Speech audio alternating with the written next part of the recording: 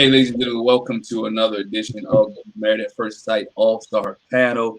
I'm Glenn, and this is my wife, Jackie. I know that's a little bit different than we normally do, but it is what it is today. All right. We also joined here by August Love Story and to Lisa Ray. Hey, Tommy, let's say hey to the people.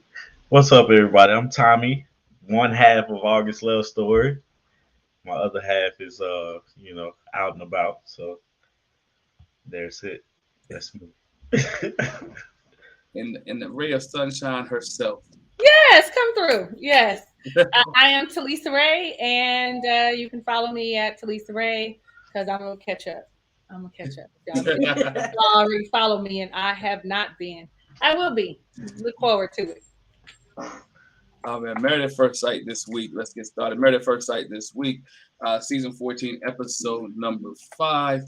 Uh, I want to get started with this couple here, man. I think it's not a couple. They didn't have much interaction not much going on with them this week. Let's start with Noy and Steve, where the biggest thing with them this week was that Noy said "I love you" kind of roundabout way, and my man Steve just gave it crickets. And Talisa, we can start with you. What are your thoughts on Noy and Steve and him giving her crickets? Is that a bad sign?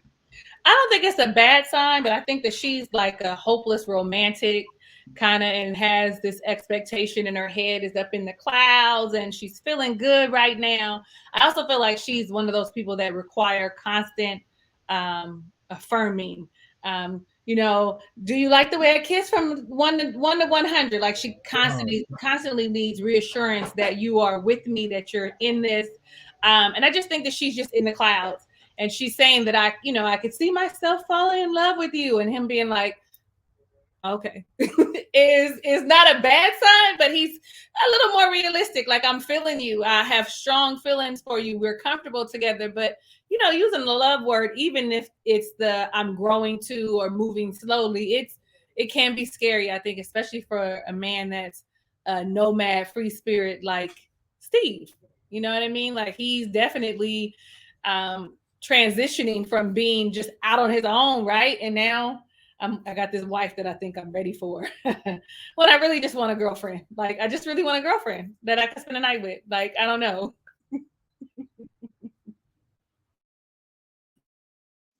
Tommy, your thoughts on Noy and Steve and um, I thought it was cute that she said "I love you," but yeah, it's a little early. Um, the fact that she was like, I feel like I'm falling in love with him. That's cool, because we all know we had those feelings and those thoughts run through our head day one, 2 hours in. Be like, you think to yourself, it could it be, but her telling him, I think she stepped over the line. It's not in a negative way, but it was like, yeah, you could have kept that to yourself, you know. Just because he first off he was like 3 days. Like, right, man, 3 days. You don't tell a person you love them in 3 days, even if you do. You make them earn that thing. And so it's like when I saw her say that or heard her say that, it was like, but what if they get back home and he's completely different? Because you still have this thing of how do you provide for a family? Like y'all still have conversations you have to have, and yeah, you should have been like, I like him a lot right now. That would have been a lot better. Than I'm falling for you or I'm falling in love with you or something like that. So um it's just it was interesting to hear. I'm trying to remember what Artieka said, man, but because she said something completely different. Oh, another thing, last thing, I'm gonna let it go. Um, Steve didn't hear anything but "I love you." That's the only thing he heard was the L word, and it was like, nah. So I was like nervous for her to see if that's going to turn him completely off. But it looked like they focused back, and he kind of walked her back a little bit. So yeah. Yeah, I think she would have done better just saying, I'm crushing on you real hard. Because that's really what it is. You're not falling in love with him. I'm just really crushing on him. I got a crush on my husband. And I think it would have come off a little bit better. He would have been like, oh, okay, I'm kind of crushing on you too. But yeah, like you said, Tommy, all he heard was love, and he was like, whoa, pump brakes, hold on. You love me. What? And I know she was like, well, I mean, not like that, but like that, And yeah, I was like, bro, he could have been a little more sensitive. He's like, okay, that's nice. I was like, dang, just snatched the carpet from up under her. But yeah, I think it's cute that, again, like you said, Tommy, we all been there. You might feel that way, but like I said, she should have just said, I'm crushing on you real hard. I like you. And it would have came across better. So if my man Steve could get up and run, he would have ran. Right? If he could get up and run, he would have ran. Because look, but she was rattled anyway. She had just been speaking with production. Production has been asking her 50 million questions, and I'm sure that love question one that came up, and she was like, oh, I do kind of love him. And then you gotta look from her standpoint too. She really, the way she was talking, like this is like a really big deal for her. It's a big deal for her family. It's a big deal for everyone involved, and she's totally invested. I think Talisa said it. She's totally invested. To giving my man the sash at the wedding, to all this. She's like, look, I'll do anything you want me to do. All right, you love me? Cool. And he's like, oh, dang, it's too early. But, again, he was like at the point where I do like you, but I don't know about that love thing. And then this is people that haven't even consummated their marriage yet, right? Right. You're saying love, I love you, before you even roll around in the bed, right? You don't even know, right? You don't even know what else is going to happen, what else is going on, but you love this dude. So, and I think, Tommy, you brought up a good point too. Even when you get back home, you gonna love him when he ain't going to work? are you gonna love him when he ain't bringing that money in? You said I love you. You don't even really know what he do for a living, right? what kind of income he got? So you're saying I love you, and to me was like, okay, like you said, like all you guys said, I crush on you. I'm crushing you. I'm feeling you right about now, but we ain't totally there yet. Not there yet. Go ahead, Tom. I was gonna say, I always like to if it was Steve that said I love you, this conversation would be completely different. It'd be a red flag. He needs to go somewhere. She needs to run away and stuff like that. So it's like, give him that same courtesy, because he may be thinking the same thing, but he can't say it. If he was thinking the same thing, like it's weird when it's always a game. Who said I love you first? Which I said I love you first to Artieka, and everything like that. But we had been together for a while, Now it's been like, if second date and I'm like, Artieka, I love you, we probably wouldn't be here right now, because that's a red flag. But if she said it to me, like, well, okay, whatever, and moving on to the next thing, But yeah, that's the only thought I had about that. Nah, you brought a valid point for being two men. I mean, for the women, how is it when a man says I love you to Lisa in like a few days or a few weeks? What red flags go off for you? Well, first off, who wouldn't love me? Like, come on. Right. Right. Imagine somebody walking in my life and I'm not feeling like they're gonna fall in love. I'm just kidding, but I'm not. It's a whole red flag because of the okay. So my question would always be, how do you know that you love me? Like, how do you know that you're feeling like this? And even he could have asked those questions, but we probably would have been like, oh, he's being mean, or oh, he's being rude. But it's logical to say where are these feelings coming from? Is it just that what they call NRE, the new relationship energy, because it feels good and you haven't had this kind of attention before? And I'm checking per se these boxes for that euphoric feeling that you get when you really, how you really be liking somebody when you first meet them, and you be like, oh, like he everything. No, it's just, it's just your hormones, because she wants to sleep with him. She's ready to sleep with him. Like, and I'm glad that she hasn't, because she would have said, instead of I feel like I can, she would have said I love you. Sort of like somebody else, how she's all a little sporadic and crazy. But I think that it's for me, it would be a huge red flag as a woman. Like, calm down. I don't even want to talk to you no more, because now are you going to be stalking me? Are you going to be sitting waiting for me when I get home? How many times are you going to be calling me? I mean, I've had a stalker or two in my lifetime, and it's not a good feeling. So those kind of things are things that I know I look for as a single woman. Like, What? You called me 5 times in 10 minutes because I didn't answer? It's okay. Don't call me. I'm going to block you.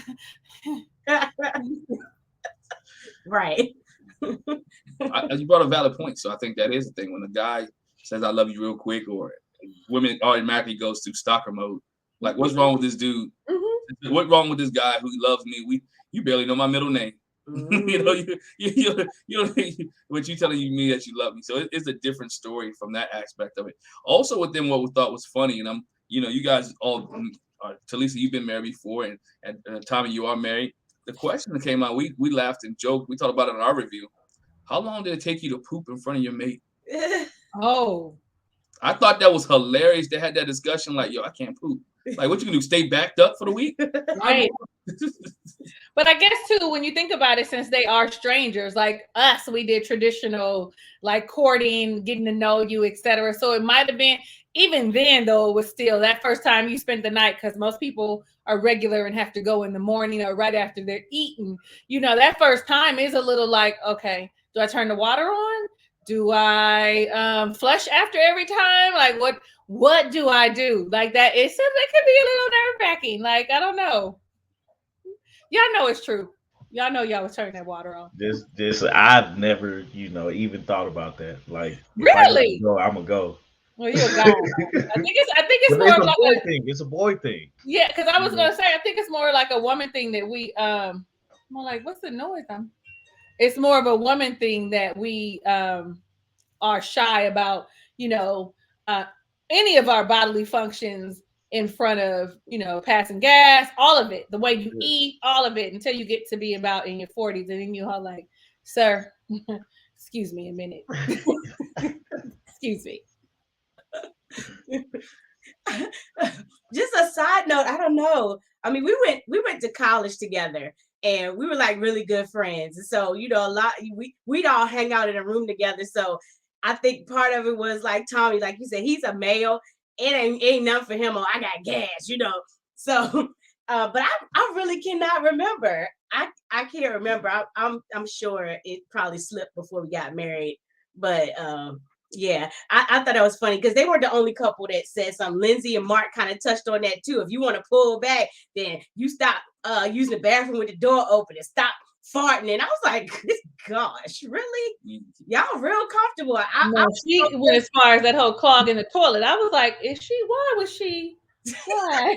Why? Lindsey, there's no filter. They said it, but you don't know it till you see it. Like, she has no filter, and she just was put my out man that night. Yeah. Well, look, while we on there, let's go to Lindsey, and we done with Steve and Noy. Anything else you got, guys? You want on Steve and Noy? They pretty was like playing for this episode. Really don't have much going on, but Lindsey and my man Mark, right? Lindsey and Mark. Mark's a good dude. Mark puts out too many fires.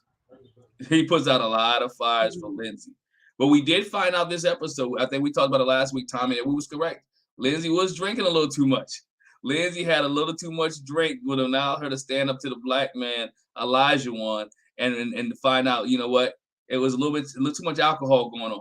Too much alcohol going on for Lindsey. Your thoughts on Lindsey and the Elijah one situation and her, Mark? Let me start with Tommy. Yeah, I knew she had been drinking way too much. And like you said, Mark has been working way too hard to put out fires that she started since the beginning of this honeymoon. And as he was talking about it, it's a turnoff for him. The way he came at her, like with the romantic dinner and stuff, like he was so confused. I'm skipping around anyway, but he was so confusing at that dinner because he was like, I want to slow it down. I want to slow down, but couldn't specifically say what he wanted to do because I know the one thing that he didn't want to do was stop having sex. Like that's probably not was in his plans of slowing down, but I think if he would have thought about that conversation a little bit better, it would have went a better way. And then on top of everything, she got mad and he could feel it, and so that really flustered him, and he couldn't explain to her what was going on and stuff like that. And because she was mad, she was just saying whatever came to mind with the whole can't fart in the bed anymore, or clogging up the toilet, man. I'm like, God, lead dog. Like, what happened there? So, uh, Lily just busted in the room, and it just made me laugh. I'm sorry, guys, but but yeah. So Mark, he was kept telling the guys and stuff like they talking to the guys, and that's basically the conversation. He was like, "Yeah, I'm gonna do that tonight. I'm gonna talk to her about it tonight because I'm getting fed up." And he had to run it past the guys to make sure he wasn't tripping.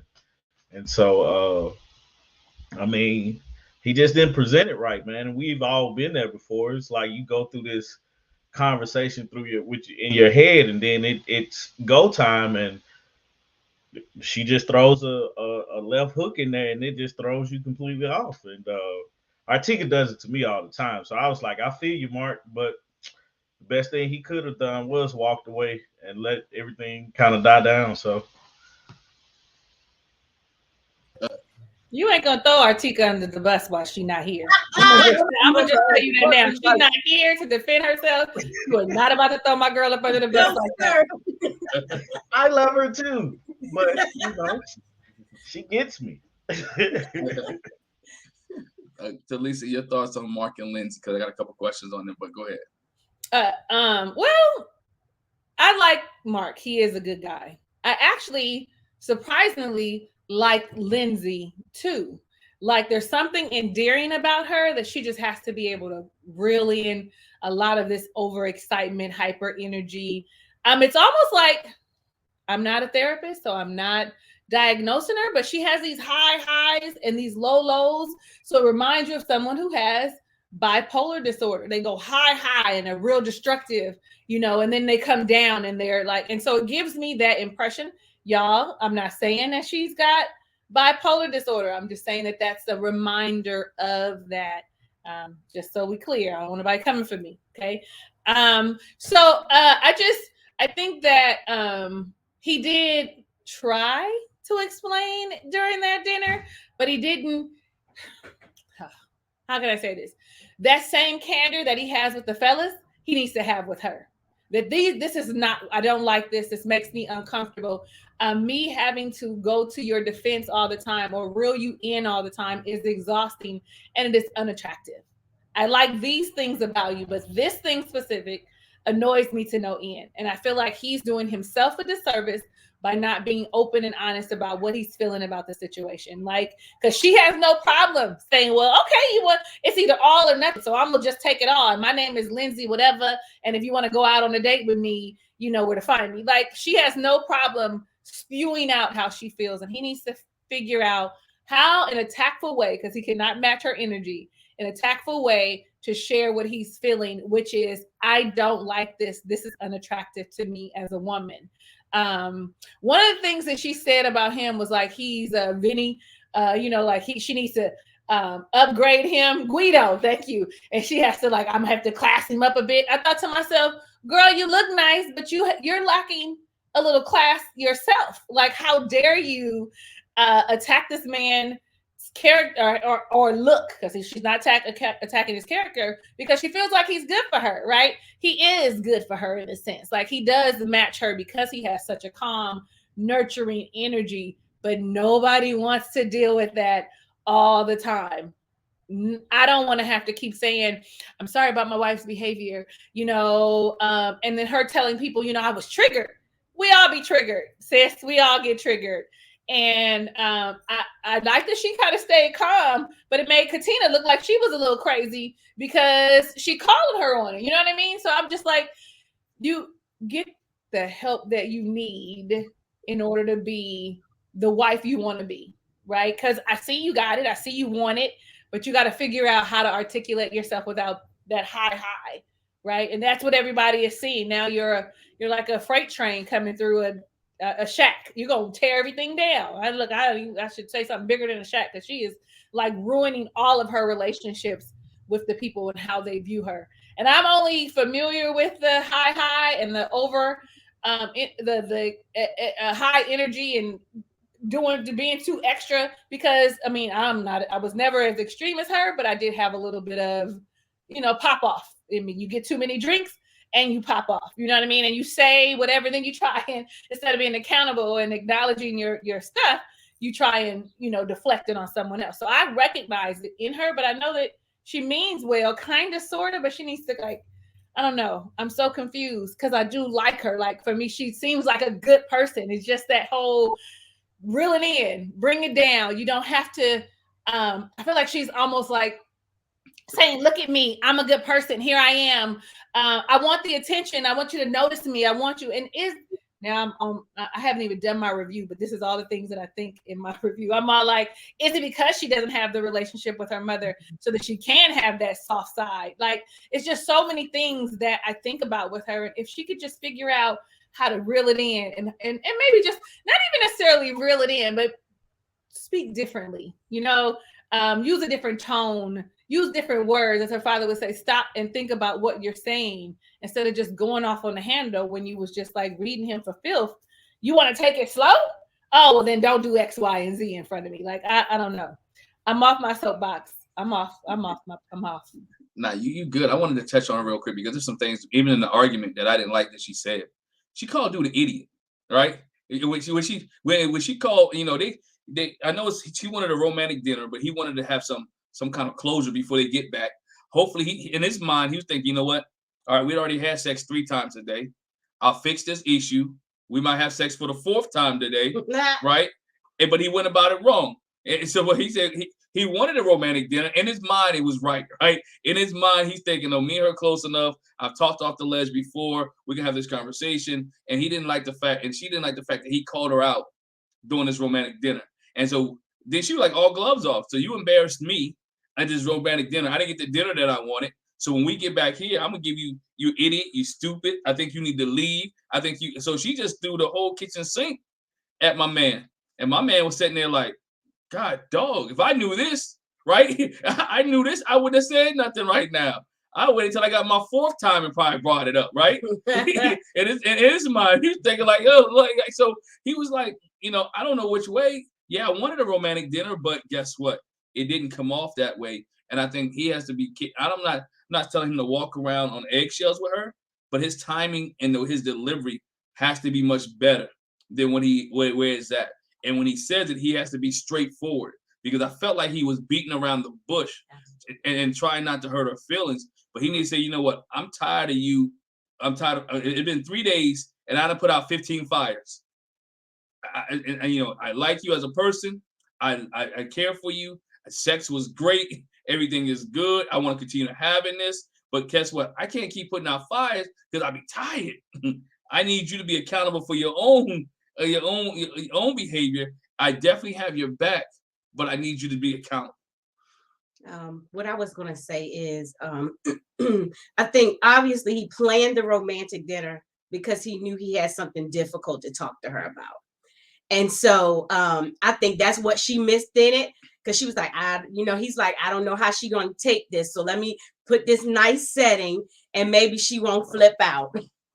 And then when the rubber met the road, too, like y'all said, he just didn't know how to convey it in quite the right way, which again, I think came from, I don't know how she's going to react. So while he was talking, his mind was like, say it like this. And he was like, oh, no, I don't know. I probably know, because, you know, she wild out. No. Yeah. So can we slow down instead of saying, can you slow your mouth down? Can you slow your behavior down? It's not that I want us to slow down. Like Talisa said, you know, I like you, but I just didn't like the way you acted. And can we like fix that a little bit? Like, can you not have me come into your rescue and defending you already? I want to slow it. I'm not ready for that. I know your dad told me, but that's what I want to slow down. So can you slow down the drinking, and can you watch your words? Because chivalry ain't there. I don't know if I got it in me to be jousting everybody. I just don't know if I got it in me. And yeah, then she went all the way to left field. I think what he was trying to avoid, but it didn't help. It didn't help. She went all the way off the cliff. And so just like Katina told her on the catamaran, even though Katina didn't exactly deliver it right either. She does. She needs some help getting her feelings together, getting whatever, because a lot of that, I think, again, comes from your mom not being in a picture. You're not having that softer side. You got some anger there. You got some upsetness, and you just don't know how to channel it. And then the flip side is like, oh, I'm being attacked. I'm triggered. Oh, and she just don't understand. So I think poor Mark, he's going to have to, and a lot of people had that problem. I'm not going to say men and women. I can tell my friend about the situation and I can explain it to them. But then when it comes to actually, and we talked about this a little bit last week, Tommy, when it comes to approaching my wife or my significant other, I already have in my mind, this is what they're going to say, this is how they're going to act. And so when I get in front of them, it's like, I know I told the fellas I was going to say it like this, but I don't know. But he's if they're going to make it for the whole experiment, and if they make it past that, both of them are going to have to learn how to effectively communicate and get their feelings together. But I like, Talisa, for real. I like Lindsey. She seemed like she's a lot of fun, but when she go off the rails, good gosh, I'll be like, sis, no, don't do that. I would be that friend. I'll be like, wait. They didn't mean it like that. Calm down. Because you always get us in trouble when we go out. And I can't be fighting every time we go out, Lindsey. So. And I'll start with you, Talisa. Was Katina wrong the way that she approached Lindsey? I think, yeah. I think her delivery was off. I think that it was the wrong place and the wrong time. Yes, you want to discuss it. It might not have been the wrong place, right? Or the wrong time. But I think her delivery was off, though she had good intent trying to figure it out, trying to clean up, trying to express to her how she felt that she was wrong. I feel like it felt more of the urban girl swing, right? I don't want to say ghetto girl, but let's go ahead and say the ghetto girl, wave your neck, point your finger, versus someone mature having a conversation and saying, this is how it made me feel. Because though facts aren't feelings, they're mine, and I need you to understand that the way you handled yourself on that plane was not appropriate.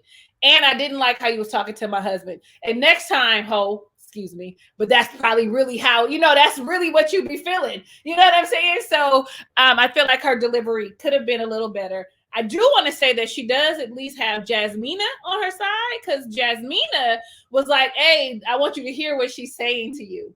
I love you, but you do need to bring it down a notch. We are all triggered, but you actually triggered yourself in this situation.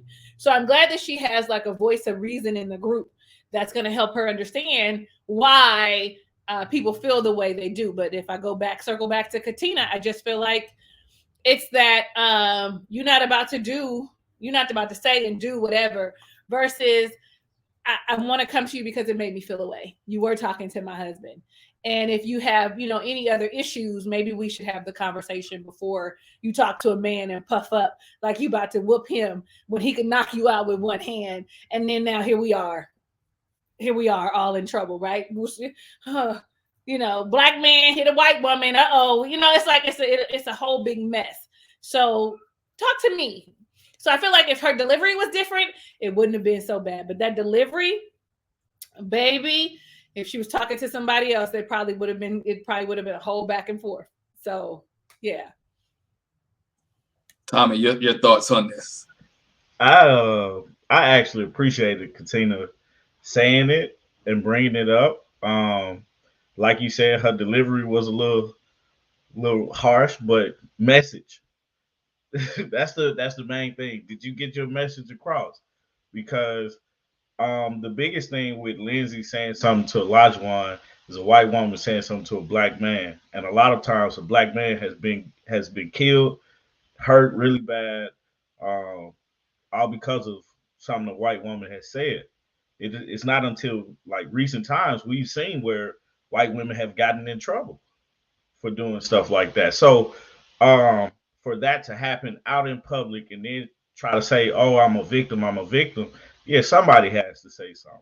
And thank God Jasmina was sitting right there, because I think the message, it's almost like the Malcolm and Martin thing. You know, you in order to have Martin be effective, you got to have Malcolm, and in order for Malcolm to be effective, you have to have Martin. You know what I'm saying? So same thing with Jasmina and Katina. And in order for that message to be effective towards Lindsey, you have to have Jasmina step in and say, "Hey, this is what she meant." You know what I'm saying? And because I think that would have went that like before Jasmine said anything, I think it went over her head. She was just so mad at her being quote unquote rude. But I mean, if Katina takes the anger out of her message, it gets across better. You know what I'm saying? And she was already upset because she has to fend for her husband because her husband can't do this. If he fends for himself, he gets in more trouble than anybody else. But if she steps in, okay, then it's a fair fight, you know. So um, I just think the anger in that whole message is what messed it is what made it look bad. You know what I'm saying? But the message itself was needed to be said. One thing I did hate was Alyssa putting her business in it. I hated that. I was like, man, you need to sit down somewhere. Cause man, we ain't even got to you yet. Like you need to be quiet, sit over there in the corner, and just chill out. Cause like we finna tear you a new one, man. like, but yeah, the message, just Katina's anger inside that message is what made that whole part wrong. But I appreciated her saying something and Jasmine stepping up and kind of reiterating what she's saying in a nicer way. Well, for me, the one thing that stuck out to me, because God knows I'm a defender of my husband. Don't you say nothing to Glenn. Don't do it. That's so sweet. You know, it'd be plenty of times where he'd be like, you know, so and so sassy. What you want me to do? What you want me to do? but and I'd be like Elijah one, don't say nothing. And that's what I was gonna say. That was my only thing with Katina, because it didn't need to be said. And she didn't need to say it the way that she said it, but she did need to say it so it was clear. This was the problem. But I think when Olajuwon was like, leave it alone, and she didn't do that. And she knew that. She was like, he told me not to say nothing. I said I wasn't. But, and maybe, you know, he was, because, I mean, we don't know Olajuwon that well, but, you know, getting to know him, maybe, you know, he was speaking in truth in that space. Like, this would not be a good time to talk about it. It might be a better time.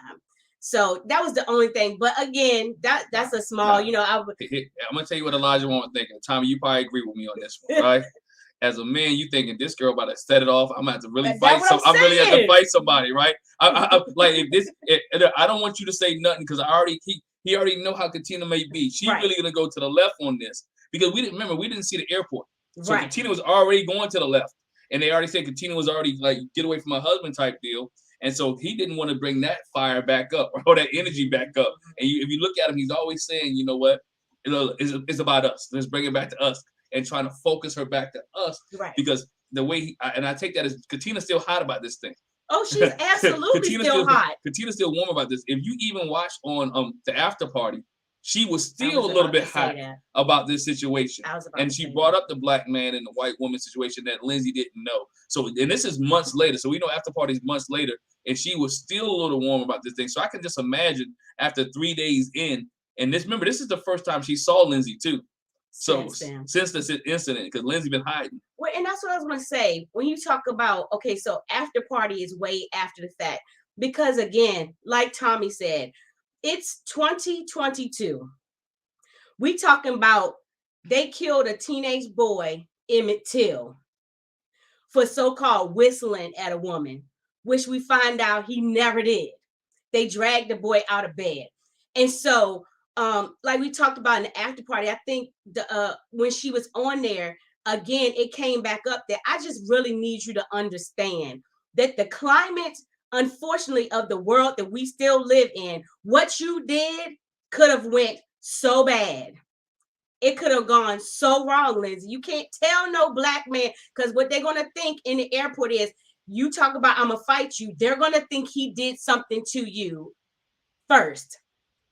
oh my gosh, look at, you know what I'm saying? And so I think on the F part, she's like, let me explain it to you again. Like Jasmina had already tried to do, which from Lindsey's reaction on after party, I think it still didn't click with her. So between Katina and then Keisha also explaining, look, this is what we talking about history, and we in Black History Month, and this is why we need. This me on my. We in Black History Month. This is why we need to talk about this stuff. And there, you know, there is inherent racism and prejudice in the system, and you don't even know you're doing it. You don't even know you're doing it. So I'm gonna have to put it in perspective for you. So I could really, Tommy too. I really appreciate Jasmina then coming back and saying, this what happened. You triggered yourself. That's all she's trying to say. She's not upset that you got upset. She's upset that you started it and then had the nerve to upset yourself some more. Okay? You triggered yourself. Nobody touched you. Nobody did nothing. Right. I'm triggered. Okay. And the thing you gotta, I was gonna say, you gotta look at who the real victim is. Mm-hmm. Elijah one is a big black guy. Mm-hmm. First thing that, like, not a lot of people gonna walk up to him and be like, yeah, I can take him. So they're gonna even the playing field. I'm a short black guy. I'm trying to even the playing field as much as possible.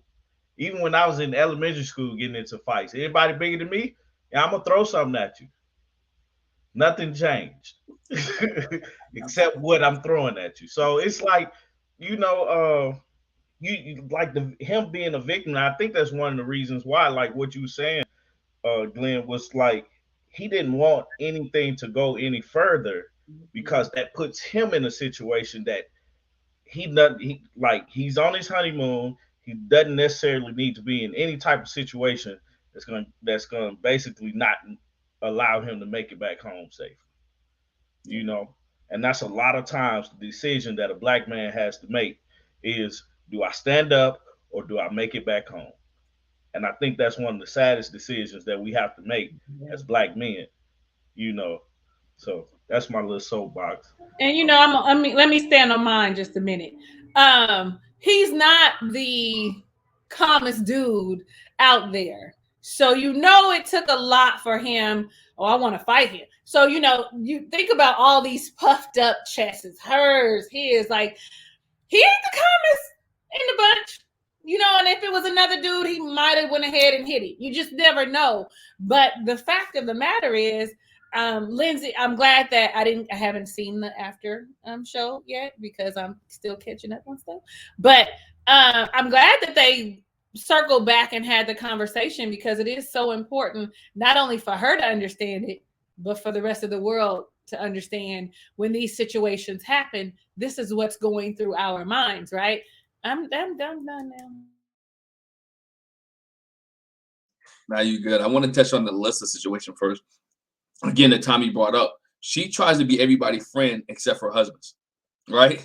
And that was weird to me. Like you gonna be the voice of reason to Katina and walk away. You of all people gonna be. Because I'm literally the nicest person to literally everybody. Right, you're gonna be the boy. It must be a different Lindsey we're seeing, right? Because where does this relationship come from? And she got up and she like, yeah, girl. Like, no, right now, just let me be. you know, there's some moments where you just want to be. Just let me be. We already in the water. I can't run, but just let me be. I don't need you to talk to me, and I don't need none of that. But just let me be. I think it was kind of nice. I don't know if production made it do it, but it was kind of nice that it split up. And Jasmina said what she said, and then you had Lindsey trying to help Katina to go because Alyssa tried to help Katina. But if you caught, even Alyssa was like, girl, I think you might want to sit on the other side. Right? When they first got on the boat, I don't know if you caught it, Alyssa was like, I think you might want to sit on the other side. So this heat and this fire had been boiling for a long time. It had been boiling for a long time. And this Katina was just like, you know what? It is what it is. Elijah, she made her mind. Elijah was just going to be mad at me because I got to say something. You know, and I think that was I think it had to be said. And we as viewers, if it was not said, we would have a problem with Katina. Right? If it was not done, we would have a problem with Katina. So I think her saying it was a good thing for them. While we're talking about Katina, let's transition a little bit. Transition a little bit. Katina and Elijah one. Do y'all think Elijah one was pouring his love on too thick? In this episode, we saw a lot of romanticism for Elijah One. Talisa, I see your eyes. Your thoughts on Elijah One and him being Romeo? I think he's full of shit, honestly. Now I'm just gonna make it plain. I'm sorry, y'all. I know y'all don't be cursing and stuff, but I just have to say. Oh no, you good. You're free. Go ahead. Okay, listen. He full of shit. I feel like from the beginning, I've been side eyeing him and just trying to wait it out. You know, not trying to really pass judgment, trying to give him the benefit of the doubt. I think that he's got that duality in him.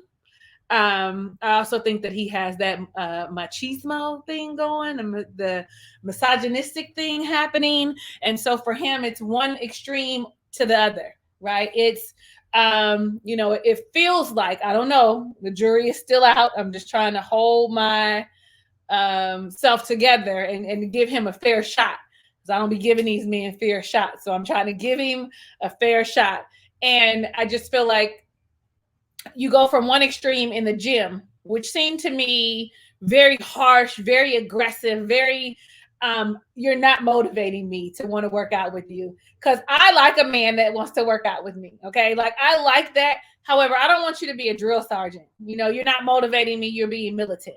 And so then you go from that to pouring on thick with the KD and the flowers and the rubbing the feet. Now I love a good hand and foot massage. Okay, like I was here for it, but it just felt like a lot, right? And I wouldn't say that he was trying to woo her into sex because she's ready. He's actually the one, kind of, as we are hearing. I can't wait. I'm hoping that it still aligns, that he's the one wanting to build the emotional connection.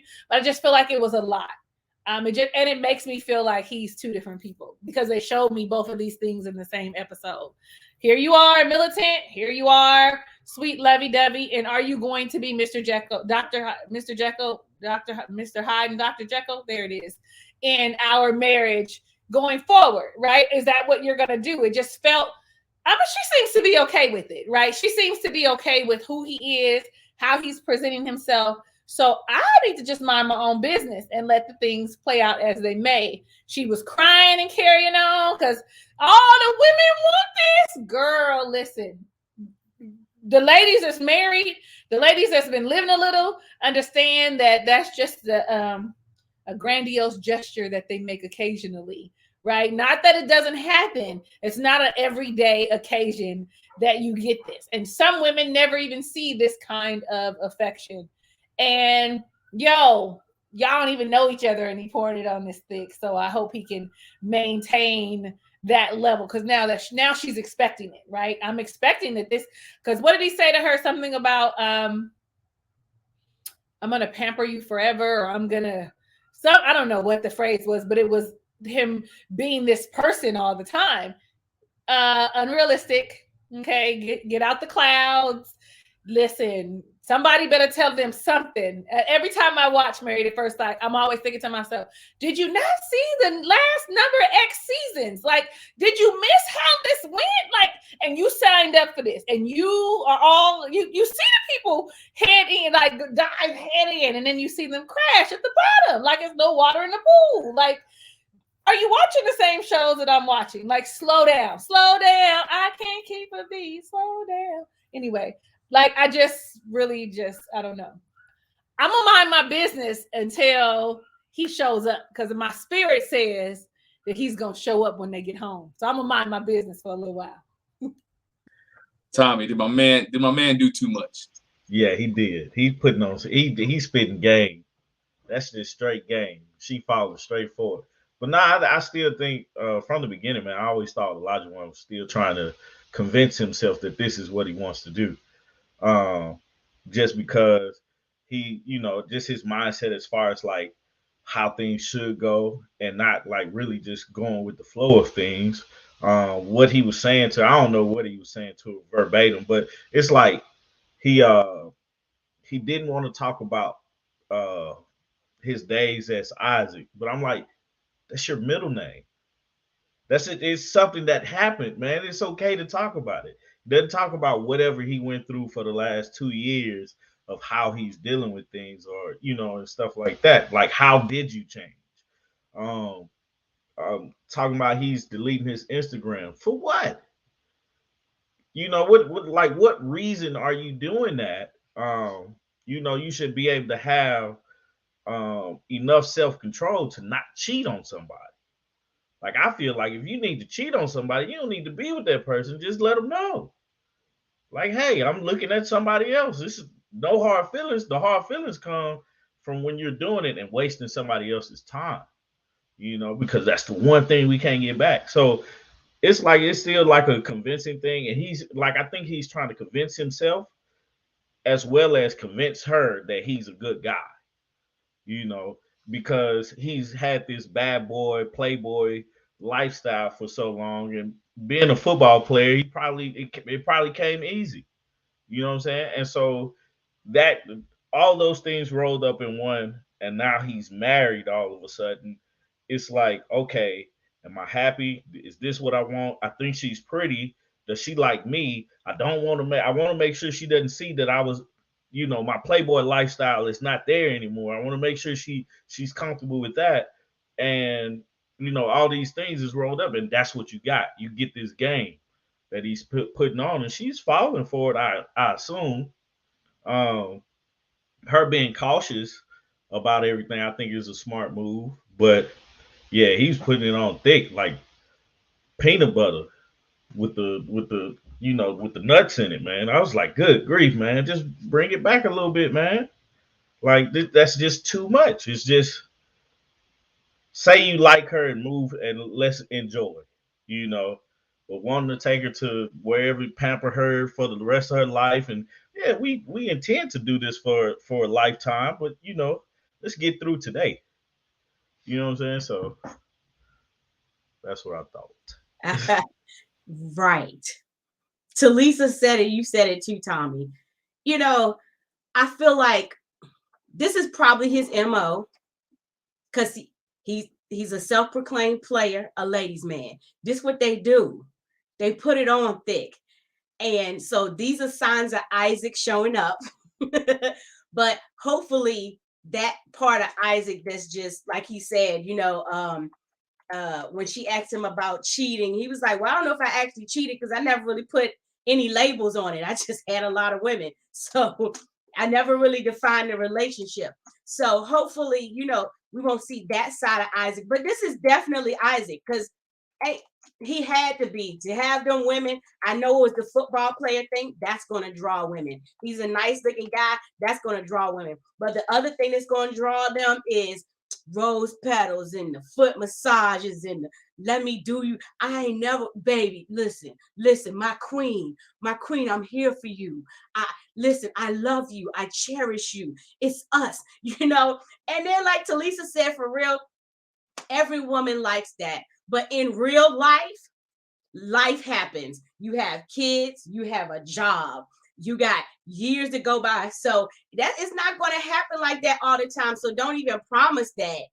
Don't even promise that. But so I think she fell for it, hook, line, and sinker. But at the same time, she was like, she didn't get distracted from going back to that conversation on the boat too, that he talked about that threesome. She was like, now can we talk about this real quick? Because she was like, I like everything you're doing, but I have to address this. Like, no, sir. I want my husband to myself. So she's falling for it because she was all teary and he's all choked up and stuff. But at the same time, she was like, before we get too lost in the moment. Remember what you had said on the catamaran? Yeah. See, that's where I was going. We're not doing no August and Jada. So we said, no. I'm not gonna have no entanglements. But no, that's where I was going. I thought he did all that to make up for the conversation. Yeah. On the catamaran, right? Yeah. Because he knew when the way she looked at him and how he got quiet, and everybody was like, they was sick. Everybody stopped like, because I don't know about y'all, but he got too happy telling that story, right? You ever see somebody who's not trying to be themselves, but when he started telling that story, his face lit up. He was like, "Whoa!" That was an accomplishment for him, man. Right. Right. He was like, yo, He said it wasn't disgusting. It was a beautiful thing. It was a beautiful thing. And everybody was like, the who? I slept with the mother in the dog. The who? I mean, you said that, and we don't have the full context, right?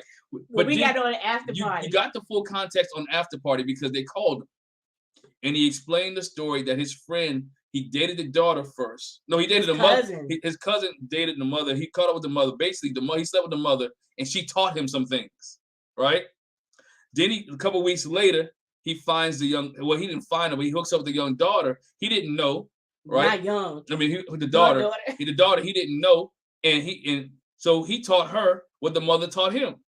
And so then he goes to pick them up at the airport and for the train station, wherever he picked them up from, and both of them get in the car.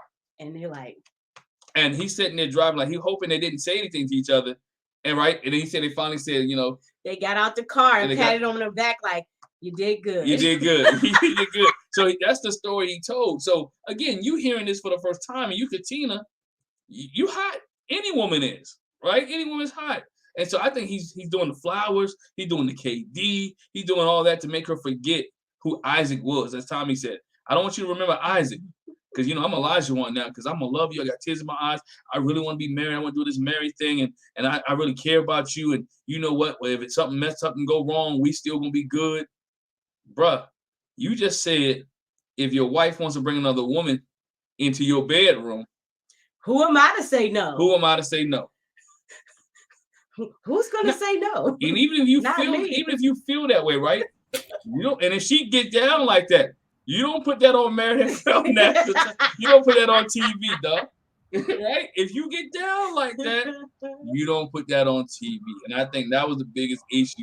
First of all, for him to say it, I was like, dang, did he really say that? He looked so shocked when everybody looked at him stupid. He was like, y'all never did that. Oh, it's just me. Oh, I thought this was normal. They was like,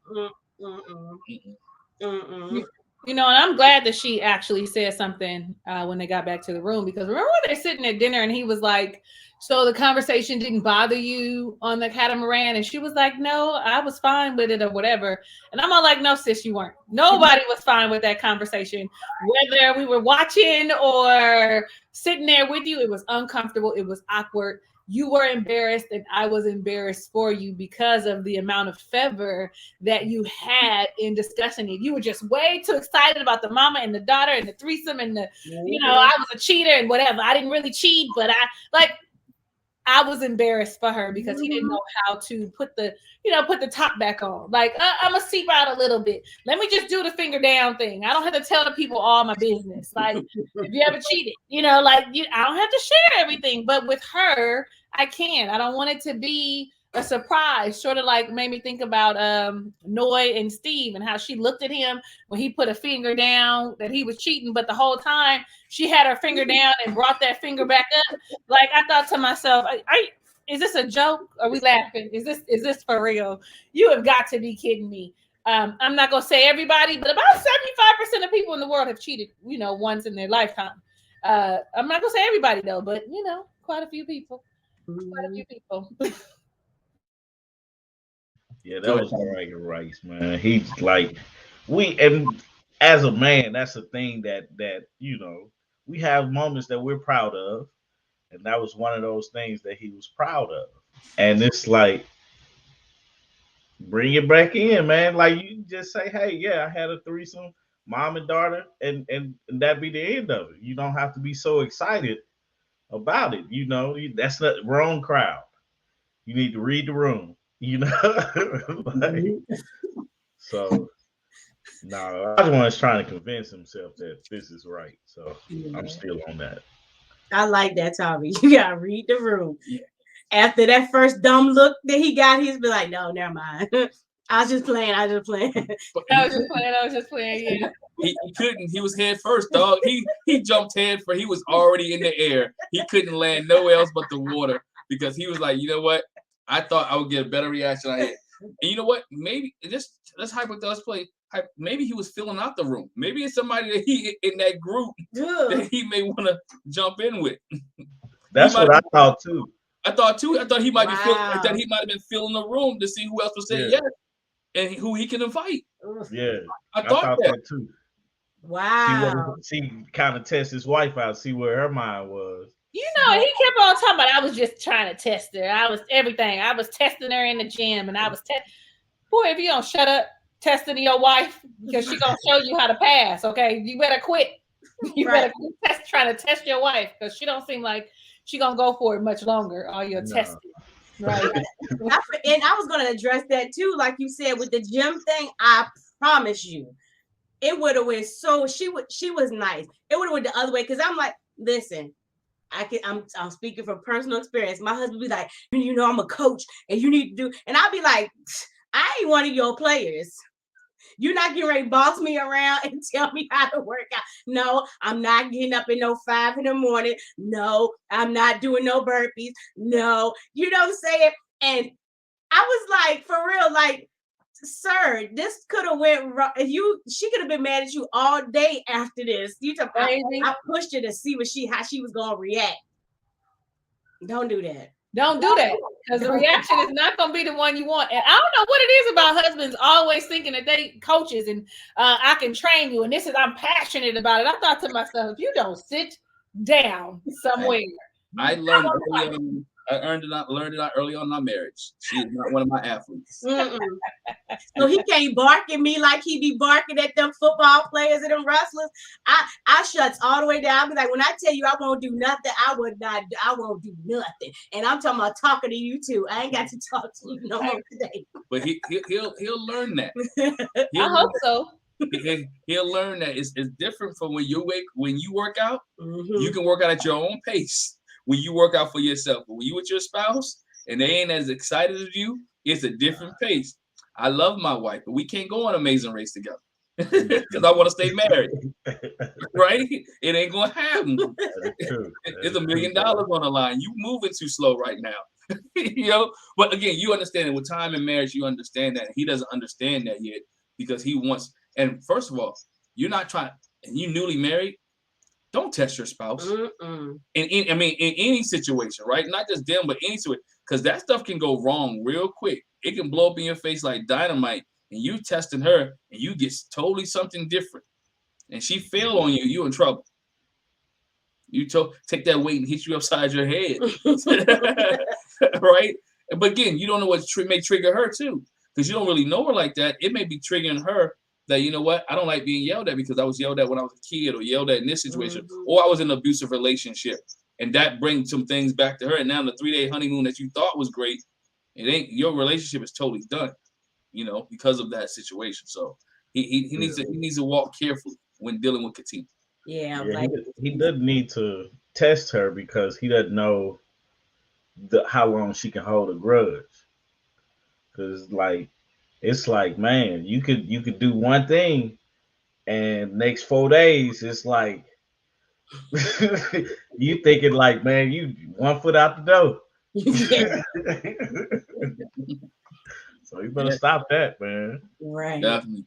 Let's move on. You know, we talked to Jasmina and Michael. Tommy, I'm gonna start with you. Your thoughts on Jasmina and Michael, because it's a lot to unpack with them. They got a lot of issues right now. Man, and this is my couple. You know, I'm really rooting for these guys, but Michael's gonna mess this up big time. And it's like I was just watching it before we jumped on again. I'm like, Mike, just even though you think negatively, and I think I said this last week too, don't say anything and just go with it. Because the beautiful thing about it is Jasmina seems to kind of is all into this. It's just your side of thinking she doesn't agree with. And that's where the disagreements happen. And so if she's like, yeah, we can do X, Y, and Z. Like if he woke up that morning, because he was bringing up what they argued about the night before. If he woke up that morning and was like, what you trying to do today? You know, and left the conversation at that. Let's go do the things that she's trying to do. Leave it at that. They don't get into any arguments. They just have a great day, because what he's failing to realize, because he keeps bringing up, we need to get to know each other, or he brought up the fact that they didn't know each other and this like the third day. I'm like, we'll continue to interact with each other, you know, continue to build new memories with each other, and then that's how you get to know each other. You already come into the situation thinking, well, maybe this doesn't work. Have your plan Z. She don't have to know it. You know what I'm saying? Just have it in your back pocket. And move forward. I hate it because it's like you have a great opportunity because you have a partner who actually wants to do this with you. Now you could be in the situation that Chris is in. Somebody that doesn't want to be with you. Then you really have some things to think about. But you in a situation where a person wants to do the experiment and actually see it through. Um, you just have to change your mindset as far as like what you're thinking about and stuff. And I think is this the episode they got into it about her interrupting, right? So I don't think she interrupted him. I just think he took a long pause and she took it as an opportunity for her to say something, which I get on Artieka about that because Artieka stop and be like, well, I guess it's my turn, you know? And then she'll come back with her whatever she was gonna say after I finish. You know what I'm saying? But it's like how do you pause for that long? I just don't understand that. And he paused and she said what she needed to say. And and he didn't like that. Something I brought up in our review was you can't ask her to apologize to you because what is that change? What you can say is, hey, I felt like you interrupted me and stuff like and kind of like just brought it to attention, but you need to apologize to me. That's like, no, brother. Like, why would you ask somebody if unless she did it with her own will and then said, hey, the behavior changes, that's when it's effective. But you can't say you need to apologize to me for interrupting me and then expect me to be okay with that, especially if I don't know you. That's the first thing, and especially if I don't feel like I did anything wrong. Like I'm just gonna apologize just because it's Tuesday and because you asked me to. No, So it's like you have to learn how to deliver things, and that's the other thing. Him understanding that his delivery is harsh. I get that too. I'm a big, hey, you got to understand what I'm trying to say. If I got to sit up here and think about how I can say something and it don't hurt your feelings and all this, I'm gonna mess my message up. So I just say what I need to say and deal with the consequences afterwards. Or I put them. I say I mean no harm by it, and then I say what I'm gonna say. Just kind of like, hey, I'm finna say something that's rough, but I mean no harm by it. I just don't have a better way to say it. You know, and that's what it is. And with Jasmina, she was just standing her ground, and I appreciated that from her. Stand your ground to get him in shape because that just bothered me, man. Him telling her that she needs to tell him I'm sorry, which somebody I can apologize to somebody all day and don't mean it. That absolutely means nothing. My actions is what you know means more. So I just felt like that was stupid, and he's gonna mess this up if he keeps going that way. So I'm done. Go ahead, Talisa. So Jasmina is hard to read. She's very hard to read, very reserved. You can see that she's thinking all the time. Like you can see that, which is great, like that she's cerebral, but she's thinking all the time and analyzing the situations all the time. In my opinion, it just seems like it because when you constantly are in your head, you appear less involved, less readable, less I don't know, less cold, less warm. But I like her. Okay.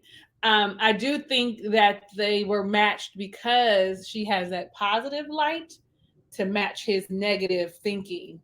I'm actually glad that he made mention of why he thinks that he's so negative, all the loss and stuff that he's had in his life. And so, with that being said, she should have been like, well, babe, let's get you some therapy so that you can work through your emotions about loss and not think the worst for everything. Not everything is the building is falling. The sky is falling. The sky is falling. It's not happening, Michael. Like this woman, shockingly enough, is interested in all in. Okay. Listen, I'm not gonna pretend like, I think that they match. I mean, I don't. Okay. Somebody I read over here in the comments talking about is he gonna be mad if he loses at 8? Sir, he's a 4.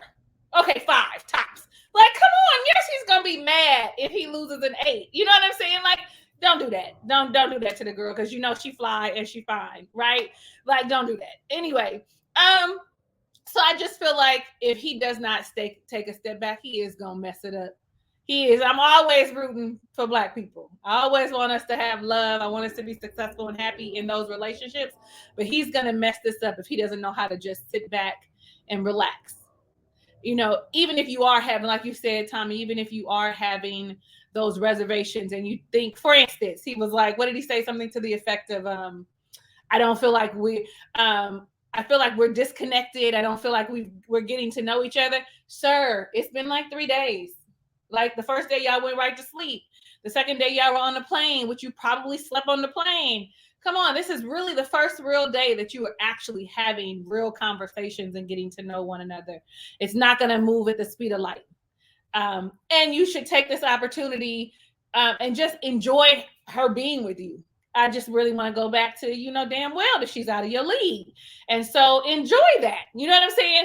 I got this fly woman next to me when I get back home. What can I do to make sure that these things that I know about myself, that my sisters have shared, that I can be aggressive in my tone when I don't like something. Like, how can I address that and be, mindful, even if because nothing changes overnight. So just be mindful of the things that we're saying and how we are reacting. And it's unfortunate that it's gone on as long as it has. Like, what is he, 28? So at least since he was like, let's just say 15. So at least for 13 years, you've been just, angry. Your response is angry and the world is against me. And unfortunately, no one saw it or had the tools or resources to get him the help sooner than later, because it could be a great match. Maybe. I don't know. I'm just going to hold off. But I really feel like the one thing he needs to do is check his attitude. And the whole thing about the apology, like, I'm one of those people that say you cannot tell someone how to apologize to you. You cannot. I know that there are several apology languages by the guy who did the 5 love languages, but even that, you still cannot tell someone how to apologize to you. If they don't apologize, if they don't hear what you're saying and address it in the manner that you want, then oh well. It's just take what they give you and, and keep it moving. Right. Like, that's it. I'm sorry I made you feel that way. Now I do know I'm sorry that made you feel that way is a for me. Like, it's a, wait a minute. So you don't acknowledge, you know what I mean? Like, it does make you feel a way. She tried to clean that up a little bit, but didn't work out because everybody knows that I'm sorry you feel that way is I didn't do shit. I'm just apologizing because you want me to. Everybody knows, right? So, I mean, maybe not even I probably, if you don't feel like you should apologize, don't. Just be like, I hear you, I understand you, but I didn't cut you off because I was there. Now, what she did do was dismiss what he was saying, is what I felt. I felt like he went in, asked her a question, like whatever it was about consummating your marriage. And he said something. And she kind of disregarded what he was saying instead of just like replying, no, we haven't. And this is the reason why. She went straight into, this is all about me. I have not consummated with him because if I wanted to, he would. That's how I felt that came off. So it felt that for me felt very cold and very dismissive to him and what he was saying. Now, had he said that, she probably could not have been like, "Nah, I wasn't." But that's just me and how I feel about like that whole situation. I think that they could work if she kind of like relaxes a little and he pulls up with his negative thinking. Like, he probably needs to start meditating and saying some mantras and some affirmations and some, just so that he could just remember that it's not, the world is not, you woke up, sir. We in the midst of COVID, sir. You woke up. This whole panorama got us like, grateful for every breath we take. So instead of thinking about that, like she said, do the reverse. Most people, well, not most, but some people do the reverse. I see what's happening, and so I'm gonna live. I'm gonna love. I'm gonna be happy, joyous, do the things that I want to do. Like that would be me. I'm all like, I'm living. Who says tomorrow it's gonna be promised? Nobody. So I'm gonna do what I want, and I dare you to say something, because I'm gonna be like, God bless. That's all I got. That's all I got. God bless and God keep. So I'm off my box now. There you go. Now you gotta go ahead. She didn't cut him off. I'm guilty. I'm the type of person, I'm like that, Tommy. I'll pause and then I'll keep talking. And I've been told I paused too long. I thought you were finished talking. And so the next person will start talking. But I never be like, you cut me off, because we're at the point now where I know they don't know each other that well. She didn't know he was taking a breath and regrouping. She was like, oh, he's done. Let me keep talking. And for him, you don't know her that well to be, you cut me off. No, she don't know you. We just talking. I had a problem with the fact that she was like, he was so angry and upset and how he came off to her. I'm like, sir, you got to fix that though, because just like y'all said in the comments, and Talisa said, this is a beautiful woman. Sir, I'm gonna say it. Sir, you're ham-sugly. Some days, some angles you look handsome. Sometimes like, I don't know. She pretty all the time. Dude, you lucked up. You hit the lotto. So yeah. And then you're on your honeymoon. Why are we picking pet? And I'm not saying it's petty. Let me not say it like that. But let's cross that bridge later. You messing up the time we having together. We could be enjoying ourselves. And then to go off the deep end with it, to the point where she was like, I don't even want to be in the room with him. I don't know if I want to be married to him no more. Like, I really didn't like the way he talked to me, and it had to be bad for her to say that, because she doesn't seem like the type of person that it was light, and she would feel, I feel like he was really like, and she's like, wait. Yes. I don't know who you think you talking to, but no, you don't talk to me like that. But yeah, and I can't tell you how to apologize to me. Again, we don't know each other. So you can't direct me and tell me, and he could have done so much better and just been like, okay, I received that. That, you didn't mean for me to feel that way. I apologize if you took it that way. It was just, and poor Michael. I feel like what Jasmina told him, just live. It's going to be bad things that happen. Unfortunately, people pass away unexpectedly, and you can't just keep waiting for the bottom to drop out, because that is no way to live. So I'm hoping that her positivity will rub off on him. But I like them together.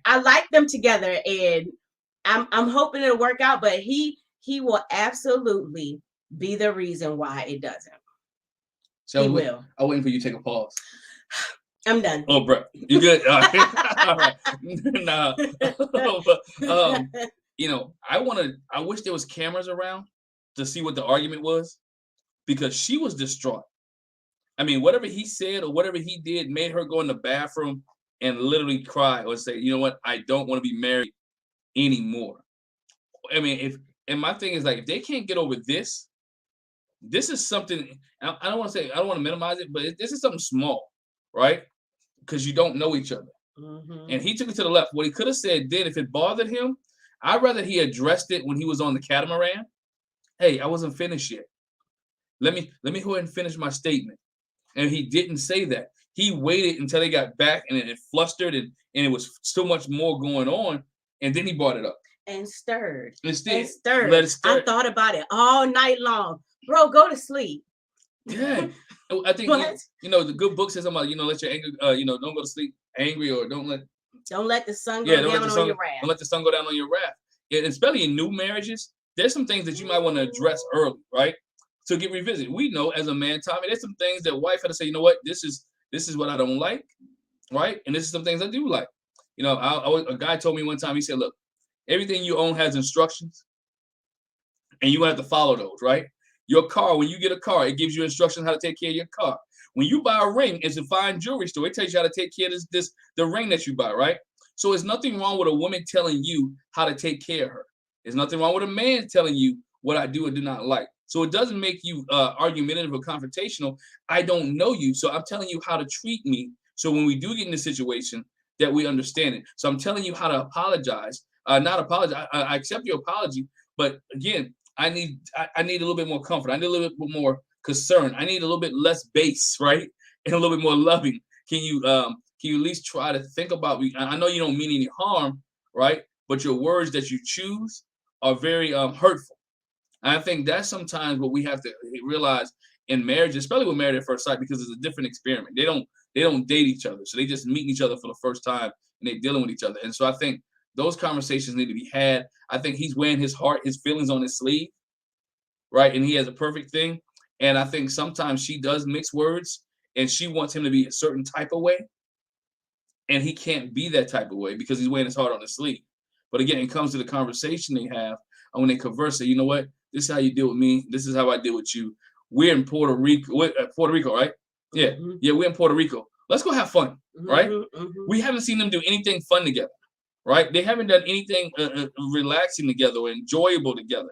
You know what? I know they make you do things with a couple, but you know what? Y'all two should have been in the pool instead of Steve and Noy, right? Y'all had the romantic dinner, and you had the situation that came up with the conversation you had. It was too much.